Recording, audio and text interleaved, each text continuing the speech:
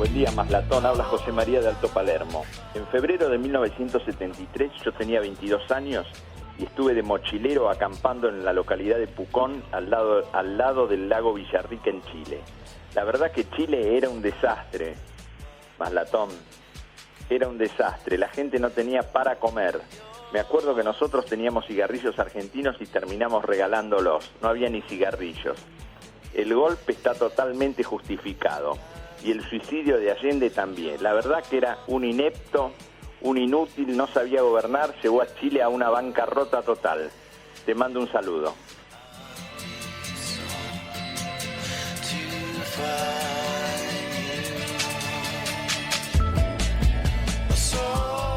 Realpolitik aquí con Carlos Maslatón y bueno, nuestros oyentes que ya están participando de tempranito en el 5246-0244, Carlos.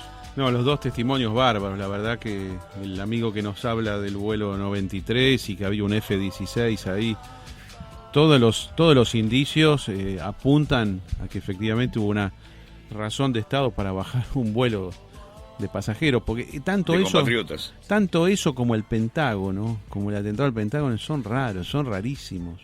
Es cierto, la verdad que yo en general no soy conspirativista, tiendo a creer en los comunicados de los gobiernos, especialmente el gobierno de Estados Unidos, pero evidentemente pueden haber existido razones superiores para esconder ciertas informaciones que algún día se conocerán o para tomar decisiones durísimas como es bajar a fuerza propia, ¿no?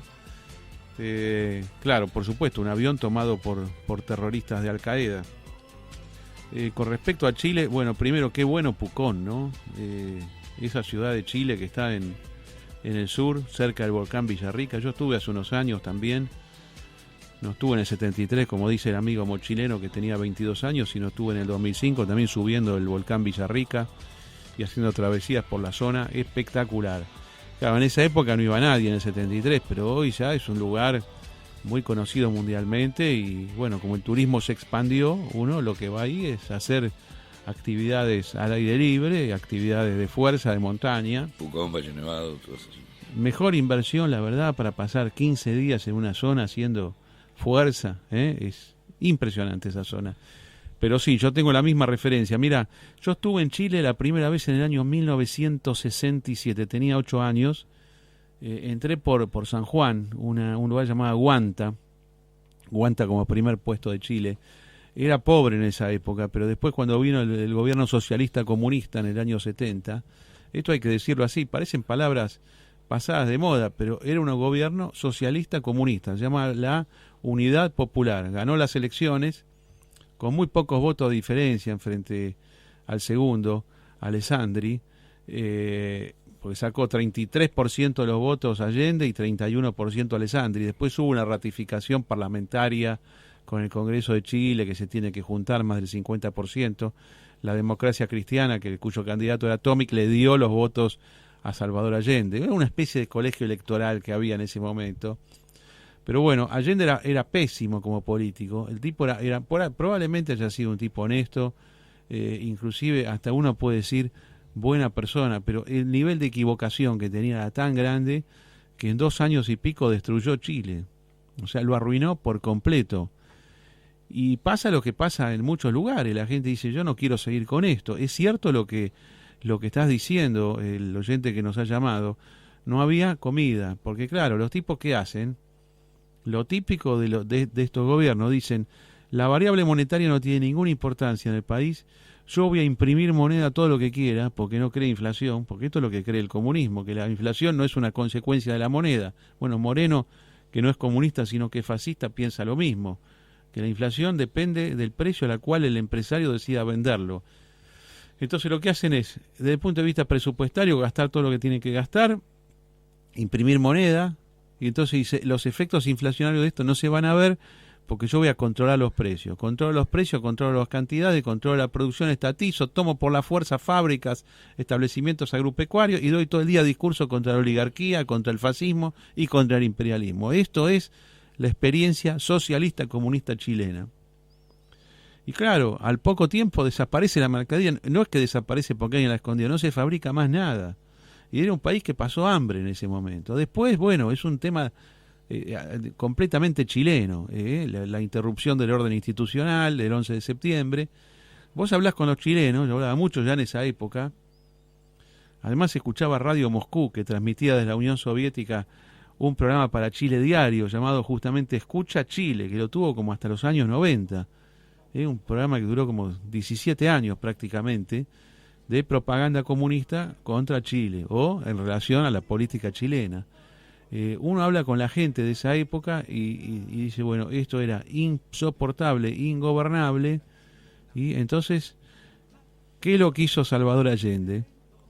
Trató de hacer aparentemente un autogolpe que estaba previsto para el día 18 de septiembre. El golpe fue el 11, el 18 de septiembre iba a haber un autogolpe típico putsch fascista o típico putsch comunista. Disuelvo el Parlamento, tomo el poder, instauro la República Popular de Chile. Creo que ese era el nombre que le querían poner.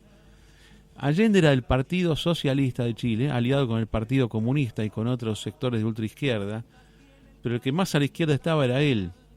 Es increíble, es decir, estaba más a la izquierda el Partido Socialista en Chile que el propio Partido Comunista, que lo dirigía el camarada Luis Corbalán, como decía Radio Moscú, el camarada Luis Corbalán, que estuvo preso varios años.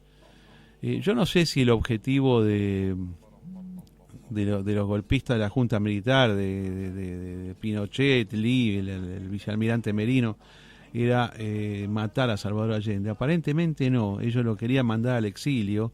Le ofrecieron esa mañana exiliarlo, él dijo que no, voy a resistir.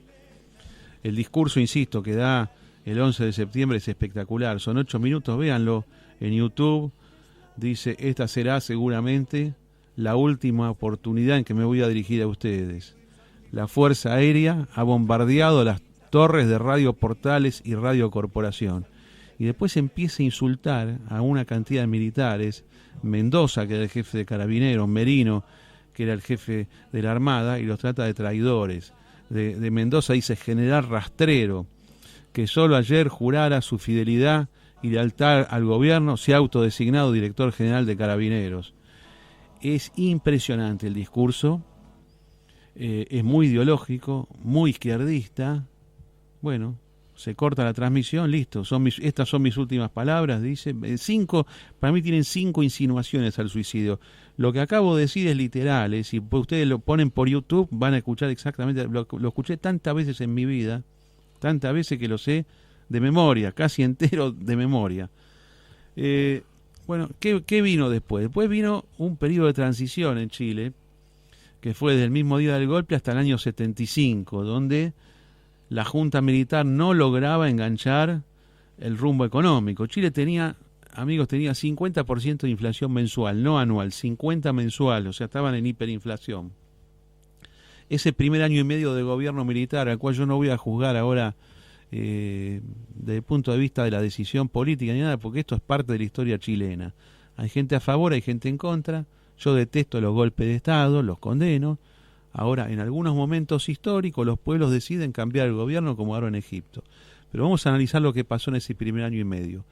Trataron de hacer una política a la democristiana, como los demócratas cristianos en Chile, que eran bastante izquierdistas y más cercanos a la Unidad Popular de Salvador Allende que el Partido Nacional o que los partidos de la derecha.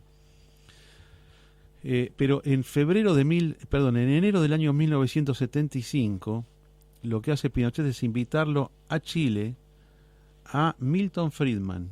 Milton Friedman, que era el profesor más famoso de la Universidad de Chicago, en Estados Unidos. Lo invita y da, creo que entre 9 y 10 conferencias en la Universidad de Santiago. Y Pinochet lo que hace es tomar la ideología que él dice y dice, yo voy a aplicar un plan ortodoxamente monetarista. Y nombró un ministro llamado Jorge Caguas, un joven discípulo de Milton Friedman, y de ahí surge el término histórico conocido como los Chicago Boys. Viste que después se usó en todo el mundo. Bueno, los Chicago Boys eran justamente los economistas que tomaron el control de la economía chilena en el año 1975, que siguieron varios años más. En esos momentos, si vos lees la prensa del mundo, todos auguraban la caída de Pinochet, por diferencias internas en las Fuerzas Armadas, por la situación económica. Le daban a veces semanas de vida, pero no estoy hablando de la propaganda de los países comunistas, sino vos leías la prensa británica, la prensa norteamericana, la prensa sueca. Suecia tuvo muchísimo que ver con el tema de los exiliados de Chile. Suecia recibió 15.000 exiliados de Chile en esos momentos. Cada tanto yo me encuentro con tipos. Hay uno que se llama Marcelo Rojas, que era de la ultra izquierda chilena, que se fue a Suecia, hizo carrera política, fue diputado, y este tipo, Marcelo Rojas, cambió su ideología. Se hizo liberal, señores. Un tipo de ultra izquierda chilena, antipinochetista, se fue a Suecia y empezó a escribir maravilla de Pinochet. Es un caso increíble. Lo he conocido a él este año en un congreso en Rosario, en la Fundación Libertad. Bueno, Chile a partir del 77-78 empezó a avanzar fuerte, económicamente, pero muy fuerte. Tuvo una crisis en el 82 financiera, típico crash financiero después de crecer mucho, y después retoma el rumbo de crecimiento hasta el año 88, donde se hace un plebiscito. Ese plebiscito estaba previsto en la Constitución que Pinochet mandó a sancionar en el año 1980, y era si el pueblo quería que Pinochet tuviera un periodo más de gobierno o hacer elecciones en 2 años ya definitivas para normalizar el país. Y ganó que el pueblo quería hacer elecciones. En el año 88 fue esto. Los expertos en campañas políticas a este plebiscito lo toman como modelo de propaganda. Tanto la propaganda que iba por el sí, que era sí a Pinochet, como el no a Pinochet, bueno, fueron buenísimas. Los que hicieron la campaña por el no pusieron una música con una publicidad que se llamaba Chile, la alegría ya viene, votá por el no. Ganó el no. O sea, la Junta Militar Chilena de Pinochet aceptó la derrota. Fue bastante ajustado el resultado, como que te diga 46-54. Si mitad del país prácticamente pensaba de una manera, mitad de otro país. En el año 90 hay elecciones, Chile se vuelve país democrático hasta el día de hoy. Pero ¿qué es lo interesante de esto? Que desde el punto de vista económico, los distintos partidos de izquierda, centroizquierda que gobernaron, tanto los demócratas cristianos como el Partido Socialista, que han gobernado Chile hasta Piñeira en el año 2010, no cambiaron la política económica que inauguró Pinochet en el año 1975. Dijeron, la parte negativa de Chile es toda la parte autoritaria, la represión, los muertos, todo esto, y el gobierno no democrático en sí mismo, pero la parte económica la vamos a conservar. Y esto es lo que hace que Chile sea un país tan importante. Rescatar, la izquierda rescata lo que la derecha le ofreció como solución para el crecimiento, no lo cambia ni tiene ningún interés en cambiarlo. Y es así donde Chile lo que hace es una política de Estado, define sus líneas principales de juego para el futuro, para varias generaciones. Hoy es el país en desarrollo, en crecimiento, el número 1 de América Latina, claro, pero además es un país muy respetuoso desde el lado institucional, los contratos. Uno hace un acuerdo con algo de Chile y se cumple ese acuerdo. Sí, a vos te puede ir mal, pero se cumple. Y Argentina parece que quiso adoptar exactamente el criterio opuesto a Chile. Es decir, como si hubiera alguien monitoreando lo que hacen los chilenos. Bueno, nosotros vamos a hacer exactamente al revés de lo que hacen los chilenos. Si Chile tiene su tipo de cambio de una manera, nosotros vamos a tener de otra. Si Chile respeta las inversiones, nosotros no las vamos a respetar. Inclusive hubieron muchos acuerdos argentinos-chilenos en la década del 90, después defolteados por el gobierno kirchnerista, el tema del gas. Chile tiene gente muy digamos, audaz en materia de realización de inversiones, se quedan acá en Argentina, no incrementan, están esperando un cambio de gobierno, tienen capital sobrante, ellos, imagínate lo que se acumula de capital de un país que trabaja bien. Pueden hacer, entre comillas, imperialismo en materia de inversiones. Así que esto es una cosa que yo quería compartir con vos, Matavós, un poquito antes con Pitón durante el pase y con los oyentes. 40 años del 11 de septiembre de 1973 que pegó fuertísimo en la República Argentina, pero fuertísimo porque, bueno, cualquier joven de esa época quedó marcado por ese acontecimiento político. Muy interesante. A mí me pasó, yo estuve en Santiago por ahí, por esa época, y llegué a un kiosco a comprar cigarrillos y pedí un Marlboro y me dieron un cigarrillo. Un cigarrillo, claro. No le digo, quiero un atado. Argentino, me dice. Pobre gente, la verdad que impresionante lo que sufrieron. Muy interesante, una historia que ocurrió en 1974. ahí el presidente era el general Perón, ¿no? Recordemos Sí, que sí, Perón sí. gobernó desde septiembre del año 73 hasta su muerte en el 74, perdón, en el 73. Encuentro de Pinochet con Perón en Aeroparque. Hizo un vuelo Pinochet para hablar con Perón.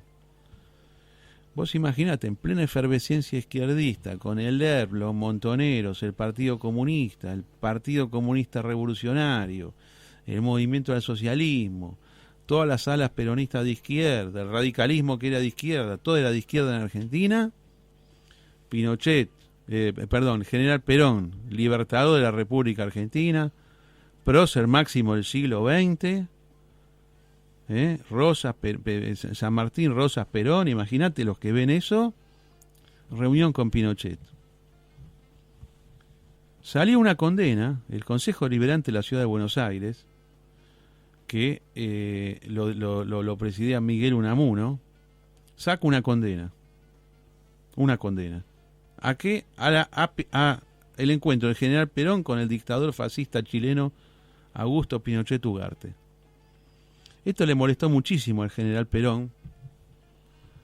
Me cuenta la gente que estuvo en ese momento en el Consejo Deliberante, que llama, como te diga, a la 1 de la mañana, llama al presidente del Consejo, a Unamuno, y dice: quiero hablar urgente con usted y con los jefes de cada bloque del Consejo Deliberante. Vienen inmediatamente a Olivos. Vamos, a las 3 de la mañana fueron a Olivos. Y parece que Perón estaba con bata, ¿no? Con pijama, no sé, una cosa así. Y dice: concejales, les hago una pregunta. ¿Quién dirige en Argentina las relaciones exteriores? ¿Quién dirige? Y todos se miran y dice: usted, general. Las relaciones exteriores en Argentina las dirige el presidente. Entonces Perón dice: ¿y por qué sacaron ese comunicado condenando que yo me reuní con Pinochet? Y nadie supo qué decir. Y Perón dice: concejales, ustedes tienen 3 funciones. Dedíquense a esas 3 funciones. Las 3 funciones que ustedes tienen son alumbrado, barrido y limpieza. Qué bravo que era. Váyanse de acá. Impresionante esta historia. Bueno, una anécdota nomás cómica de lo que era el cinismo del general Perón. Un tipo increíble.